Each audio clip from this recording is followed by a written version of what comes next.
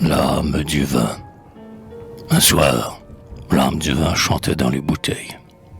Âme, vers toi je pousse, ô chair déshéritée. Sous ma prison de verre et mes cires vermeilles, un chant plein de lumière et de fraternité. Je sais combien il faut, sur la colline en flammes, de peine, de sueur, de soleil cuisant, pour engendrer ma vie, pour me donner l'âme. Mais je ne serai point un gras ni malfaisant. Car j'éprouve une joie immense quand je tombe dans le gosier de nos musées par ses travaux. Et sa chaude poitrine est une douce tombe où je me plais bien mieux que dans mes froids caveaux. Entends-tu retentir les refrains des dimanches et l'espoir qui gazouille en mon sein palpitant? Les coudes sur la table y retroussant tes manches, tu me glorifieras et tu seras content. J'allumerai les yeux de ta femme ravie. À ton fils, je rendrai sa force et ses couleurs. Je serai pour ce frêle athlète de la vie, l'huile qui raffermit les muscles des lutteurs. En toi, je tomberai, végétal ambroisie, grain précieux jeté par l'éternel semeur, pour que de notre amour naisse la poésie, qui jaillira vers Dieu comme une rare fleur.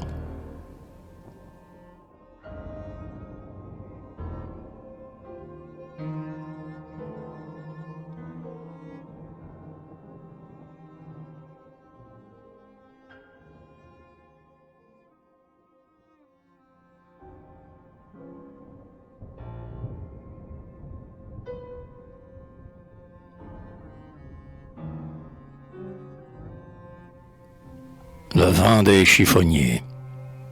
Souvent, la clarté rouge d'un réverbère, dont le vent bat la flamme et tourmente le verre, au cœur d'un vieux faubourg, labyrinthe fangeux, où l'humanité grouille en ferments orageux. On voit un chiffonnier qui vient, hochant la tête, butant et se cognant au mur comme un poète. Et, sans prendre souci des mouchards, ses sujets épanchent tout son cœur en glorieux projet. Il prête des serments, dicte des lois sublimes, terrasse les méchants, relève les victimes, et sous le firmament commun des suspendus, s'enivre des splendeurs de sa propre vertu. Oui, ces gens harcelés de chagrin de ménage, moulés par le travail et tourmentés par l'âge, de dos martyrisés sous de hideux débris, troublent le vomissement du fastueux Paris. Reviennent, parfumés d'une odeur de futaille, suivis de compagnons blanchis dans les batailles, dont la moustache pend comme les vieux drapeaux. Les bannières, les fleurs et les arcs triomphaux se dressent devant eux, solennelle magie. Et dans l'étourdissante et lumineuse orgie, des clairons, du soleil, des cris du tambour, ils apportent la gloire au peuple ivre d'amour. C'est ainsi qu'à travers l'humanité frivole, le vin roule de l'or, éblouissant pactole. Par le gosier de l'homme, il chante ses exploits, et règne par ses dons ainsi que les vrais rois. Pour noyer la rancœur et bercer l'indolence de tous ces vieux maudits qui meurent en silence, Dieu, saisi de remords, avait fait le sommeil. L'homme ajouta le vin, fils sacré du soleil.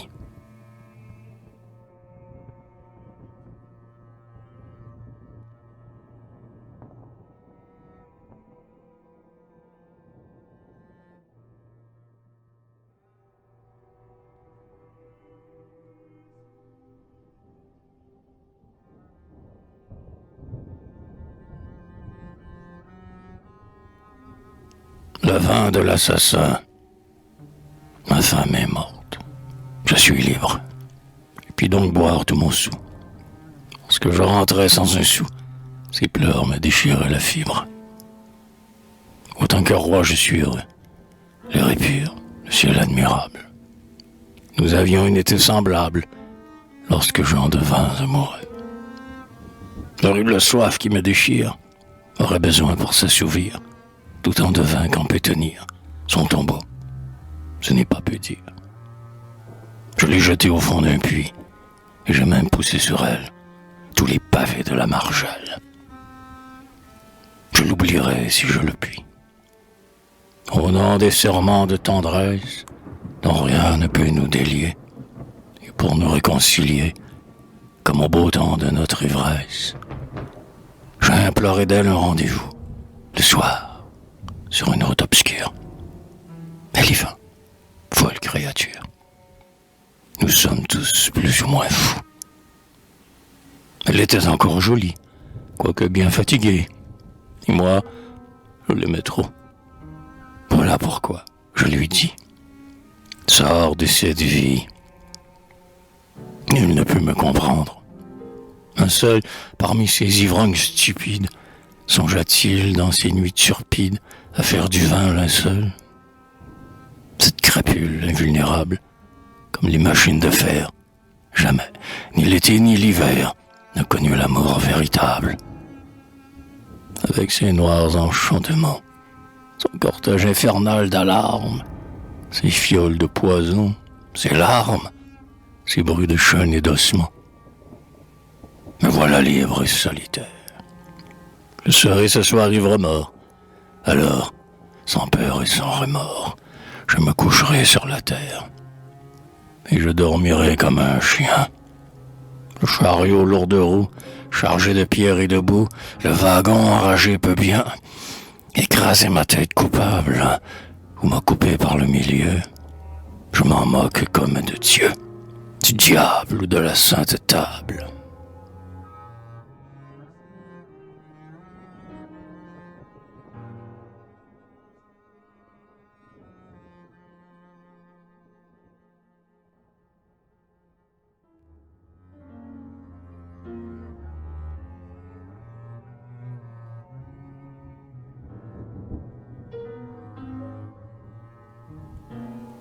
Le vin du solitaire, le regard singulier d'une femme galante, qui se glisse vers nous comme le rayon blanc que la lune onduleuse envoie au lac tremblant, quand elle y veut baigner sa beauté nonchalante.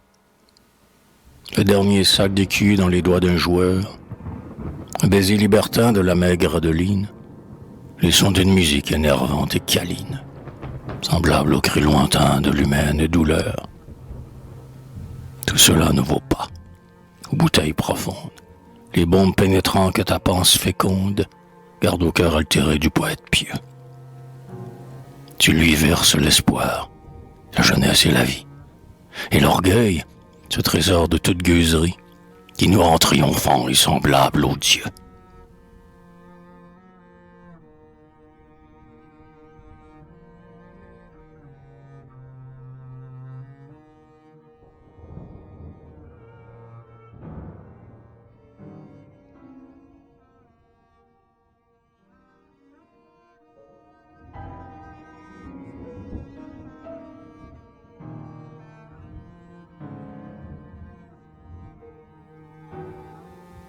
Le vin des amants.